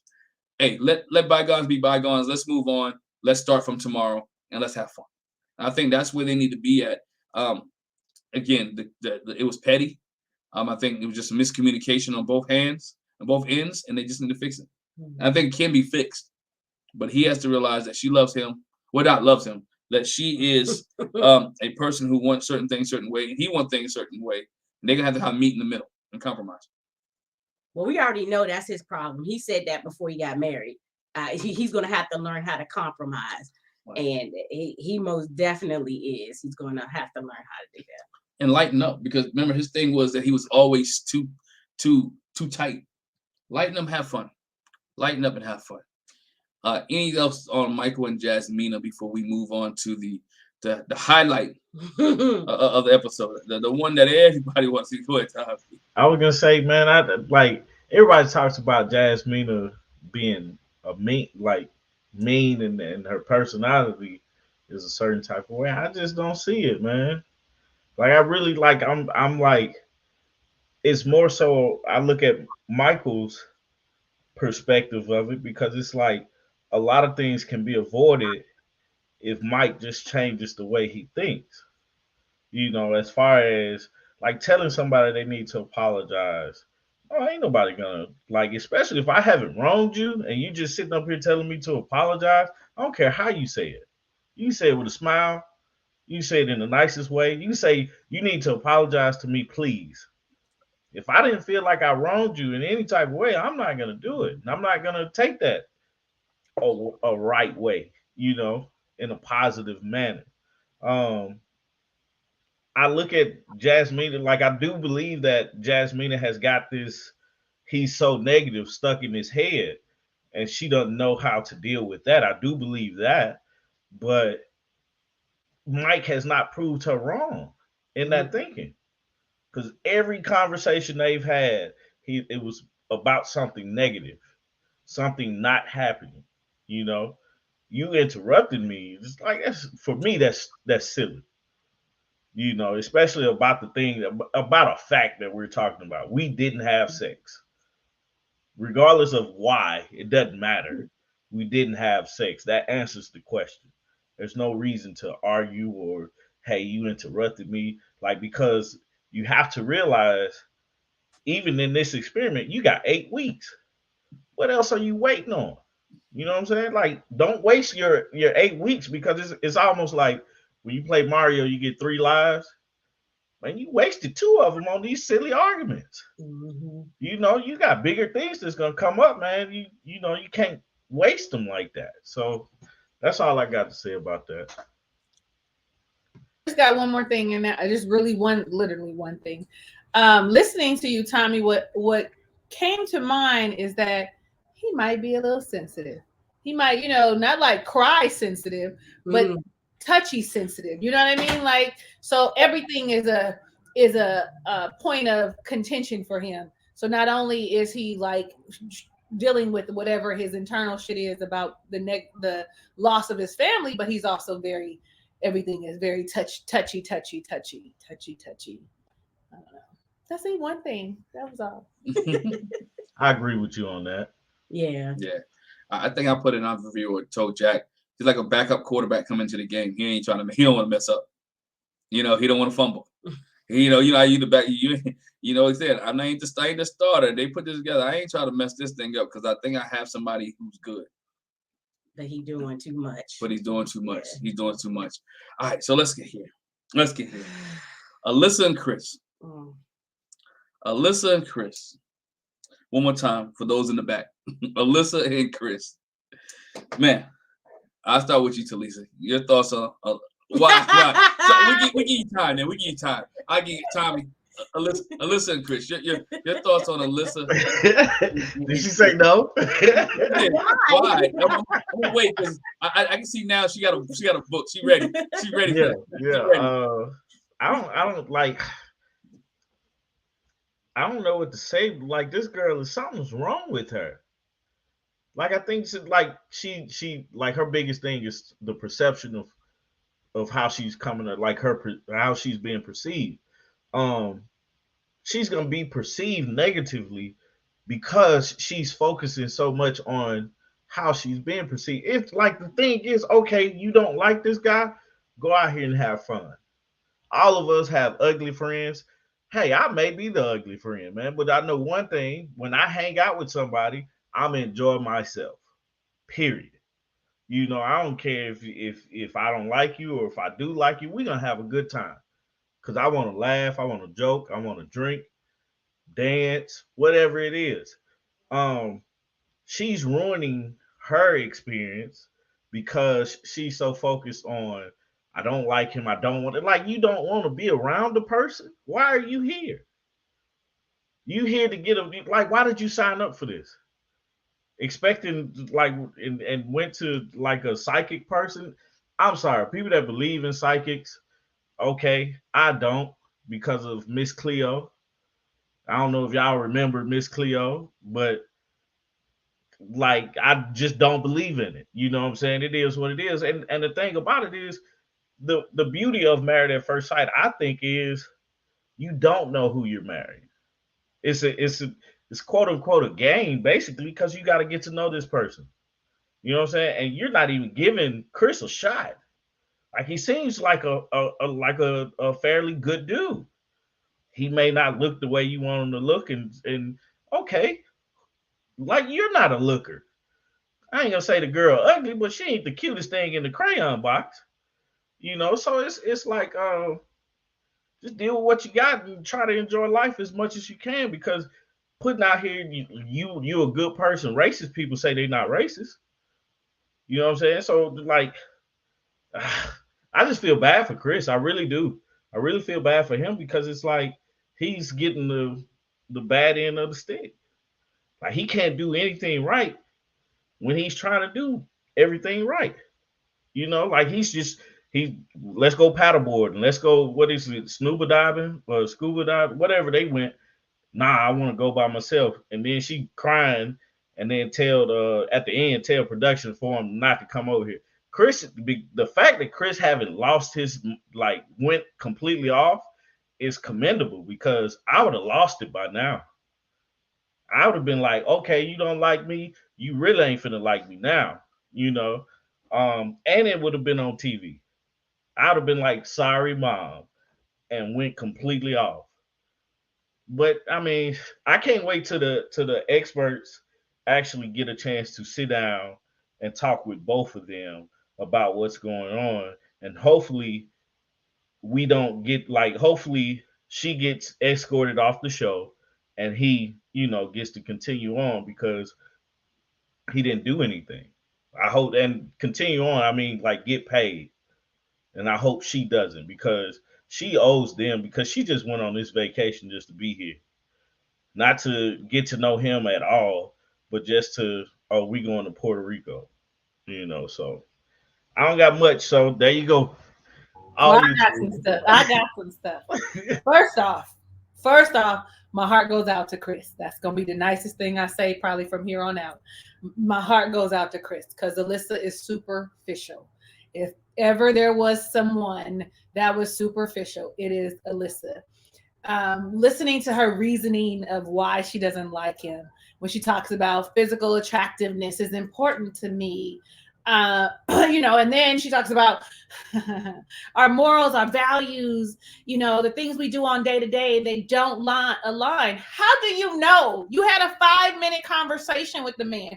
You have no clue and you don't know what you're talking about. And you're not a good person. You are not kind. You are not a good spirit. It is all over you. Yes, you rescue animals. That's great. But I knew that you weren't a nice person at the bachelorette party. I knew the way you sat in the corner that you were not very social and welcoming. And now all you're doing is showing us the truth that you are into yourself, that no one is ever going to be good enough for you. You have the nerve to be mad at the man. What was it, last episode, for sharing with your family that shit ain't working out? Like, excuse me? He's looking for some help. Help me, please. Should I stay in this? No, let it go. I think you better let it go because she's not going to come around at all. At all. Her crying act. I just don't want to be around him. I don't want to swim with him. Like, I'm over Alyssa. I'm over Alyssa. I'm not going to be nice. Her fake personality, along with her fake face, her fake body, all of it. I'm over the act that she's got going on. The moment that she said to him, we're not compatible and I don't want to talk to you about it, and I don't want to talk to you about it, well, how about off camera? You know what I'm saying? The moment that happened, I'd be like, we could just call it quits. I don't even want to go on the honeymoon. I think right now at this point that he's kind of torturing himself.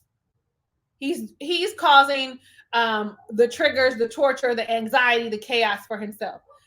He's like, oh, maybe I should step back. No, just stay in your room and go have a good time and snorkel and paddleboard and hang with the people and have a drink by yourself, because nothing you are going to do is going to be good enough for Miss Alyssa.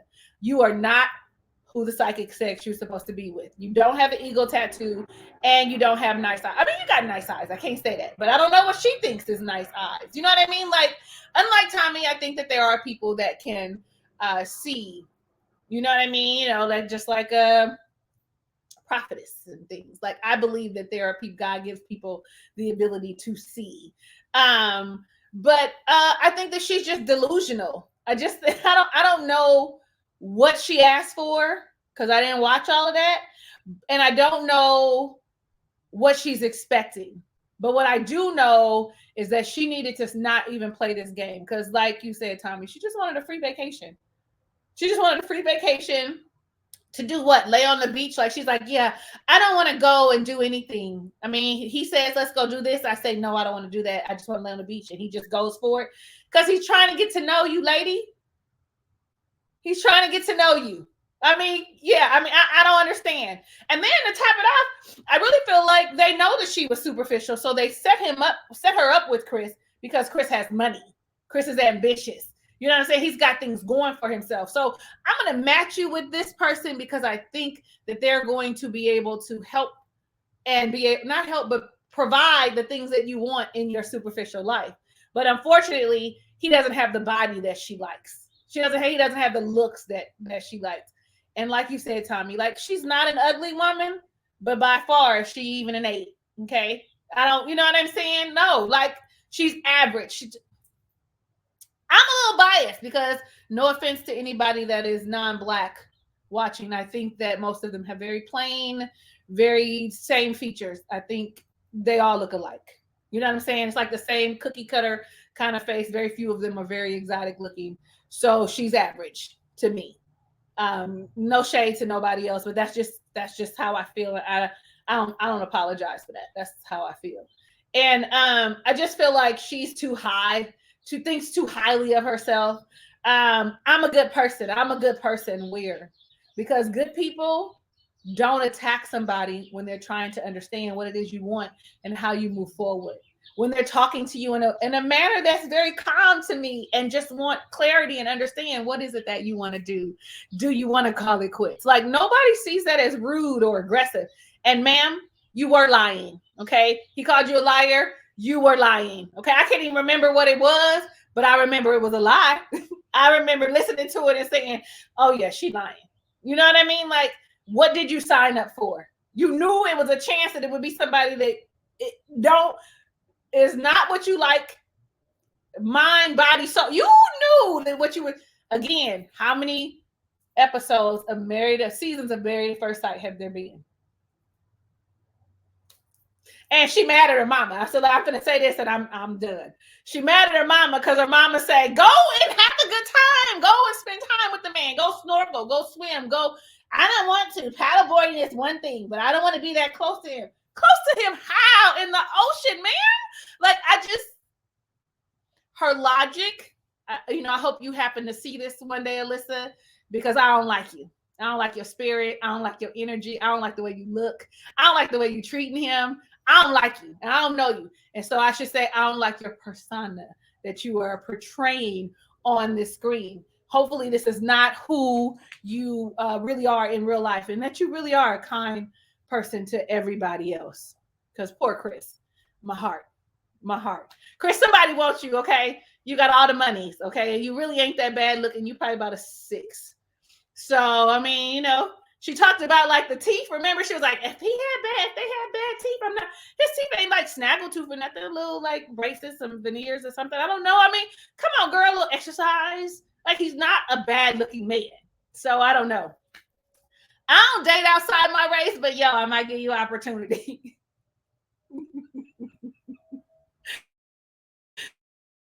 Oh man, where do I want to start with this? I'm gonna start with the tattoo situation. Again, after party. Truth be told, who the psychic described was Steve. Steve has the tiger tattoo. Steve had the nice looking eyes. And so the girls and the women knew this.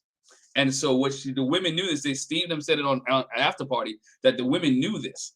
And so when Noy saw Steve's tiger tattoo, she was like, oh, kind of let Alyssa know, like, oh, Steve got a tiger tattoo. But for TV, they changed it.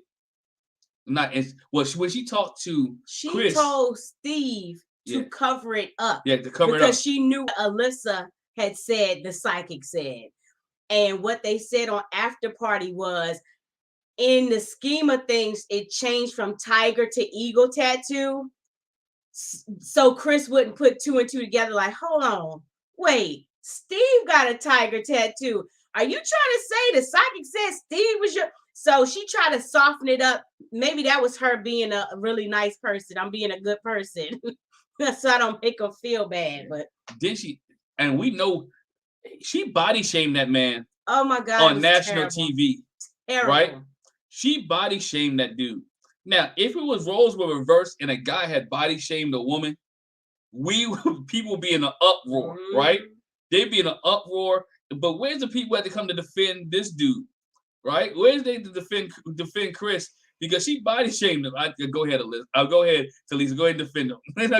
I know you were ashamed. I'm just raising my hand. I'm defending Chris. I'm just raising my hand. She really body shamed it. And then the Married at First Sight production didn't help because they pointed right at his body. Right? They showed they put it on his teeth before, then they put it on his body. They're not helping this dude. They're not helping this dude out. And then my biggest thing too, production's not helping her out. Production's not supposed to get involved, right? How does production go to this dude and say she don't want to deal with you right now? To me, that makes good TV. Let him come on over. It forces her to have to tell him what's going on. But no, production goes and say, oh, she don't want to talk to you right now. Hey, I'm like you, Tommy. Bro, it was me. I'm living my best life. I'm living my best. I'm going parasailing. I'm going snorkeling. Hey, she wouldn't even have to see me. Production like, oh, y'all gonna do things together? Nope. I'll see you on the plane, right? Because hey, where he at? He on excursion? Yep. They might, you know what? Shoot, Chris Elijah wanted like threesome. I might hang out with Elijah and Katina, right? And roll out with them, right? Like, yo, can I hang out with y'all today? You know, I'll be the third wheel in their group. But you know what I'm saying? But he's keep trying to. You can't make someone who don't like you like you. You can't make someone who don't love you love you. He's trying, and he's doing he is a very patient person. Because by this time I would have went off. You staying in your room? Cool. No problem. I can show you better. I can tell you. I'm going to ride these 8 weeks out. I'll be like, Zach, I ain't never going to this apartment. I'm going to do my own thing, right? You won't never see me because that's the way you want to carry it. Let's carry it. I'll do scenes. I'll tell production. I'll do scenes with everybody else. I ain't doing nothing with her. I'd probably do scenes with her, though. I probably would just to be showing that I'm I have fun and I have a good time. Yeah. I would probably just piss her off just because look at me. I mean, the hole in his shirt didn't help him none. Yeah. Superficial, but yeah, I sure would be having a good time. I'm sorry. It's you gotta pack. Yeah, I'm the hole in the shirt, bro. You gotta make sure you pack the good stuff. You on TV, man. Go get the good clothes on. I never would have had a shirt on. Like it'd have been flip flops, no shirt the whole time. We're gonna get every bit of this bad vibe. Yeah, yes. And try to hold her hand too. Like, come here, ain't you right? Come here, girl. Big girl. And be calling her name, Alyssa. Come here. Don't come get your husband. So a couple things, you know, I was just like, she's doing too much. What? Like Talisa said, what really is the difference between me paddleboarding with him and being in the ocean? He is not touching you in the ocean. You had your bathing suit bikini on the paddleboard. You got your bathing suit bikini on while we're snoobing. You know, what's the difference? Her mom has had this conversation with her before. She has had to tell her, stop acting like that. Stop being so mean. She was the person in school that was like, ew, you got cooties. Don't be nowhere near me. Ew, oh my God. You know, be nice. I mean, and we said this last time. It's fine if he's not your type, if you're not attracted. That's fine. But you don't have to be mean. And we can still have a good time. Okay, so I've made up in my mind, I don't want him to be my husband. But I can still be cordial. I can still be nice, and we can still have a good time. So he's so unattractive to you that you don't even want to have a good time. I mean, I think we probably have all been out on a date with some. Tommy kind of touched on it too. You've been out with somebody that you was like, yeah, not my style. But I'm still going to have a good time on this date. I'm going to eat this good food. We're going to make a little small talk, have conversation. And that bothered me that she can't even do that. Nice. That is what nice people do. Nice people still make the best of the situation. And her mom obviously didn't beat her tail enough about it when she was little. She didn't get enough spankings. She was that one, hey, go say hi to Aunt so-and-so. And she was like, ew, look, she got that thing on her face. She didn't get corrected as a child, and so now she don't know how to act. If I was her mom, I'd have said the same thing. Stop showing your tail on TV. You're embarrassing yourself. You don't want to come across looking bad. And the one thing I said in our review, this is the other thing. Honey, the producers, the production, the cameramen, they are not your friends. They are going to put on the camera you acting like a you know what.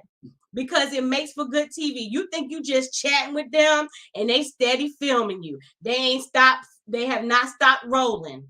And I had a problem again with the little producer. Don't you get in that? If she gonna be nasty, go let her be nasty and tell him, don't come near me. I'm not intervening in none of that. I'm gonna let Chris walk over there. And I'm like Tommy too. Chris should get the Patience of the Year award because you ain't gonna talk. You're not gonna ignore me but so many times. You're not gonna avoid me but so many times. And I'm gonna help her out. You ain't all that for real because they injected too much in your lips. You looking like a Simpson right now. So I might need Invisalign, but you need a whole lot too. Your stomach ain't really that flat. You got a little pudge. So I don't know who you think you're talking to. You ain't that tall. Who did your hair? The lashes are out of control. I would have ran her down. You know what I'm saying? Chris is so nice and he's trying his best. She cried. Everybody else has somebody, and I'm stuck in this situation because you are doing it. You are doing it to yourself. It don't have to be that way, sis. It really doesn't. But you know what? The only thing with Chris is this: he's hiding it from the. I know everybody else knows, but he's not addressing it with the guys or talking. How do I handle it? He's embarrassed. How do I deal with it? And maybe it is embarrassment. But when they was all sitting there on the beach and Mark was telling him probably getting some advice, Chris could have been sitting there. You know what? This is what's going on in my relationship, guys. How do I handle? What can I do? Can y'all help me out? Right? And I don't even know if she would have took advice from the girls because everybody sees it, right? And Chris, you said like, people know we're not together or you're not feeling me. What kind of advice is the group? Because this is the reason they put these groups together. This is the reason why everybody's on the catamaran. This is the reason why everybody sits on the beach. So let's have this conversation. And so that's my problem with Chris. What kind of help are you seeking to get some advice? I know you just want to leave it alone, maybe. And I got a problem with production too. Even on a honeymoon, I should be able to reach out to Dr. Pepper, Pastor Cal, Dr. Viviana. If it does, because this goes south, we should be able to have a conversation with them. Like, this is what's going on. We saw that with Chris and Paige. They weren't able to talk to them. They waited till they got back from their honeymoon before they had a conversation. Well, if they would have talked to them while they was on their honeymoon, it might have avoided some of the situation that went on later on. And so I think that's the same thing with Chris and Alyssa. And I told you every time I say a review, guys named Chris don't do well on this show, right? At all. At all. If you Chris or Orion or Zach, you don't do well, right? You don't do well. But that's what my thing is. Chris should be seeking help from some of the guys or asking the right questions, getting some advice. And Alyssa should be, just listening. But I think, and I see some people in the chat, and you touched on it too, I think he is embarrassed. And then the other thing is, I'm not asking for any advice because I know it's no help. He's at the point where he knows it's nothing I can do. She's not feeling me. She's not feeling me. So he needs to just do like you said. Hey, do y'all mind if I'm a third wheel? Because y'all know she don't want to hang out with me. Can I hang out with y'all? Can I go do something? So I think it's embarrassment. And then because he's already trying. He's already trying. Try to sit. She don't even want to talk. Like, dang, you don't even want to talk to me about the weather. That don't have nothing to do with the attraction. You don't want to. He was like, they asked me how much I weighed. I lied. So hopefully I don't pop up. She's like, anyway. Ugh. I think part of the reason he isn't saying anything too is because he wants to try and continue with her. And do you remember when she found out that he had shared with her friend and her mother how upset she was about it? I would never do that to you. Do what? Because you're doing it without even doing it. We're on television. Millions of people are going to watch you embarrass me and me be a whole ass simp. I can't seem to find nobody on my own right now. I thought this was going to be it. My arranged marriage, this was going to be it. And you are making a total mockery of me and the process. So I think that's also why he's not sharing, because she sure ain't sharing. But I think next episode, somebody say something. Something happens. Something happens. The gloves got to be off. Like at this point, like the fact that she had an issue and never told him, like he went a whole day, didn't know what was going on. You know what I'm saying? That's the first problem we have. You have an issue with me, but you telling everybody else. We can't solve anything. You're basing everything off of what somebody else said. You don't like me and you're looking for an out. Then we get on this trip, and for a lot of people, it's another country. You know what I'm saying? Like we in another country for a lot of people, but we know, Puerto Rico is U.S. But anyway, they're like, we're in another country and you're embarrassing me like this. I'm not gonna be nice on this trip. Don't sit next to me. Don't try to be nice to me in front of the group, because they know we ain't gonna keep it no secret. You know what I'm saying? And the experts need to step in. I really do believe the experts need to step in, apologize to Chris and kick Alyssa because I mean, for me, that's a waste of money. That's unfair to the process and to the show. Like somebody brought up Chris from the Atlanta season that he at least didn't like Paige, but he did things with it. At minimum, that's what she could do. You know what I'm saying? As much as everybody hated Chris, and I was like, this is gonna ruin the show. I believe her attitude, even though it makes good TV and people are interested in it's something to talk about, her attitude towards him can ruin the show if it's on there too much, you know. But we know that's the juicy part of the show of the episode. You know, is when it comes to Alyssa, she didn't even want to talk in front of the girls when Lindsey was asking about it. You Right. know, she was like, I don't know what she said. Let's move on. Yeah. You know, it's like, why are you here? What is your purpose here? You know, like you didn't get what you want, and you can't even be cordial enough. You want to be a good person, but you're not acting like a good person. You know, and it's frustrating to me. I just shake my head, be like, dog, I could be on TV, married to the ugliest person in the world, and we going out the country. We finna do everything. All the things. Only thing I'm not gonna do is we ain't finna have sex. You know, we ain't gonna do none of that. I'm probably not gonna kiss you. You probably gonna know that I don't like you like that, but we gonna have a good time. You drink, I drink too. Let's go. You want to go snorkeling? I do too. Let's go. You know, you just want to hang out at the beach? Well, I'll go to the beach with you, but I'm gonna do this. You know what I'm saying? That's being a good person. What she's doing, I'm surprised Chris ain't hit her. I'm saying. I'm kidding. I'm kidding. I mean, he could at least mush her. Right. Mushing the phone. but you brought up like Chris and Paige. This is the other thing. So, and we kind of maybe once the experts get into it with them, they'll get to this. But you know how Pastor Cal kind of came at the with the perspective between Chris and Paige is, you know, you're attacking this woman's self-esteem. So that's something we don't talk about a whole lot with men.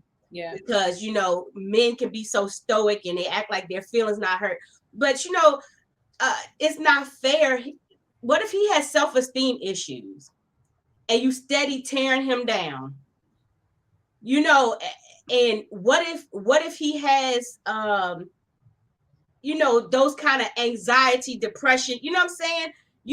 It's not right. It's not right. And I think the same way we talked about that with Chris and Paige, we should be talking about that with Chris and Alyssa too. Yeah. Because, you know, he's a man, but that stuff hurts. That hurts men too.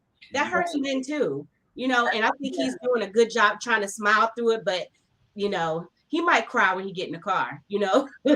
You make a good point, Jackie, because of the simple fact that men think that they don't have these emotions. Mm-hmm. When in all actuality, anybody who's ever been married knows that they probably have more of these feelings than we do. Especially when you get married, you become more vulnerable and open, and then you realize, oh shit, you crying? All right, like, you know what I mean? You low key, you be sad, but you be happy, like he crying, he like opening up and he talking to me. And so like you're saying, like he does have some insecurities that are ever present, right? And I think one of her things she said was, it's not going to work if he's telling me, or they're telling me that his job is going, I'm going to come second to his job. Well, how you think you're going to keep getting Botox?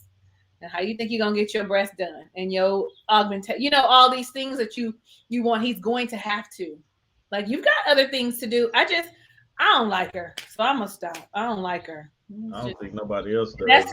And that's probably all I'm going to ever say. Every time anybody asks me about Alyssa, anytime I do a review, I don't like her. Next. Like, that's I don't think anybody likes her. I have not seen that good quality they talked about. Mm-hmm. Maybe we need to see her home with her dog before we see the good quality, because I have a problem with people who treat animal better than they treat people. I can't stand it. And what she does is she's treating the animal better than she's treating this guy. Tommy, I think you made a valid point. It's nice to be nice. We don't have to be best friends. If you may not get a husband out of this, you might be able to get a friend. At least get a realtor out of it, right? If you need if you need to buy a house, right? Or you ever getting stuck in a situation, and you know what? Let's tell them early. You know what? This ain't gonna work out, but you know what? We can be the best of friends. Let's have fun. Let's have fun with each other. You're not my type. I'm sorry. The experts picked the wrong person for you. You know what? Let's ride these 8 weeks out and let's have fun. And you might find a friend for life. The crazy part about it is you might have so much fun that you actually meet your husband. And you actually, yeah. You know, and I don't like that she keeps saying, just we're just gonna face the fact that they did us a disservice. How are you speaking for me? How are you speaking for me, ma'am? I didn't think a disservice was done. I think he likes her and he's attracted to her. Don't say that. Yeah. Talk about me from my perspective. They've done me a disservice. You aren't what I asked for, right? But I like that, Tommy. You end up, I'm gonna raise my hand as a woman, have dated an ugly man, less attractive man, and he had a great personality. He made me laugh. He was smart. And here I'm all like, what? He ugly? Where? All of a sudden you don't even see it no more. You're like, no, girl, what you talking about? He checks all the boxes. What you mean? You don't like his nose? No, I'm glad you're not sleeping with him. Like, it's just all of that. You know what I mean? You don't see it. He might be unattractive to you, but all these other qualities have made him this great man to be with. Like, I know I've dated a couple men that I look back and I be thinking, now what?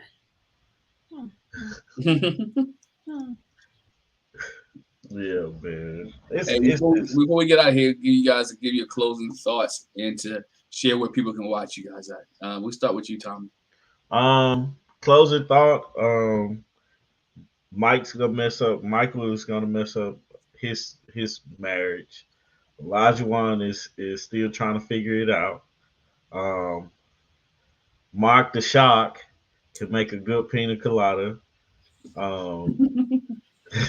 Noy and Steve, they got a conversation to have. And Alyssa and Chris, man, I can't wait till next week when we see like Chris finally puts it out there in front of everybody and we see the reactions from everyone, because it looked like from the preview, and I know we can't look at the preview as fact, but from the preview, it's like everybody has that look like, yeah, we know. We've been waiting on this conversation, type deal. So I'm interested to see that. You can find us at August Love Story everywhere: Facebook, Instagram, on YouTube. We review this, we do podcasts, and we actually started doing like the videos for our house. So that's coming real soon. I'm actually was working on it today, so I'm excited about that. So yeah, and Artieka is a little under the weather, so you guys say your prayers for her and stuff like that. So cool. Talisa. I really don't. I think I've said and exhausted myself with talking about these people on this episode. At this particular point, I don't have any hope for anybody unless they start having not only conversations where they communicate, but also where they comprehend what the person is saying. So that for me is what I'm looking for now going forward. Are you comprehending what is communicated? I'm reading this book and it talks about communication, and everybody's like, oh, to have a successful relationship, you need to communicate. Well, if I ask you to pass me the knife, you're going to pass me a knife. We communicate well. You did what I said. But if I say, pass me a knife and you give me a spoon, that means you're not comprehending, or you have thought something better because I'm scooping out, I don't know, mayonnaise, peanut butter. So you figure, the spoon is going to work better, but I asked you for a knife. So you didn't comprehend what I asked, right? So, and not only that, but part of the communicating is being honest and open about what you're feeling, Mike. You know what I'm saying? No, not Mike. Mark. Mark the Shark. Mark, right? Mark. Hell, Mike, Chris. You know what I'm saying? And Olajuwon with his plan. Isaac under. Like he keep talking about, y'all don't want to talk about Isaac because Isaac is here. It's just you just calling him by your first name now. You can find me everywhere at Talisa Ray here on YouTube, Instagram, on my website, everything. You put in Talisa Ray, a whole host of stuff is gonna come up for you. I know you don't see my reviews yet, but guess what? We starting at number 5. Okay, that's all. Thank you for having me. I really appreciate that too. Of course, we enjoy all of us being back together again. Yes. So we really do like it, enjoy it, and hope those in the chat enjoy it as well. Jack, closing thoughts? I don't have anything. I feel like Talisa, we said quite a bit. Yeah. Yeah. They saw the rough side of you today because you went hard on Alyssa. Listen, what I will say that no, for real, I'm just not the type. You're not gonna embarrass me. It comes to a point where she has to be put in her place.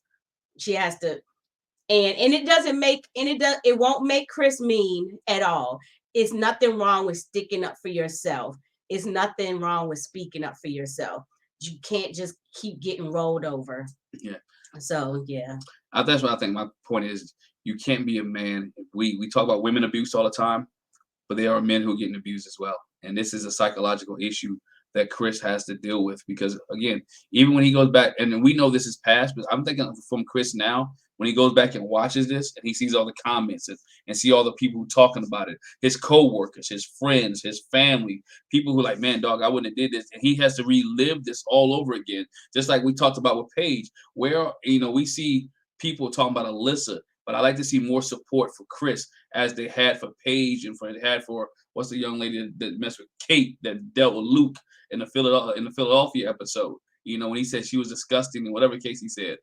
So they need to be in repulsed. There should be on this end a lot of support for Chris to be, to deal with the issue, to handle the issue, and to get some help because Alyssa is totally wrong.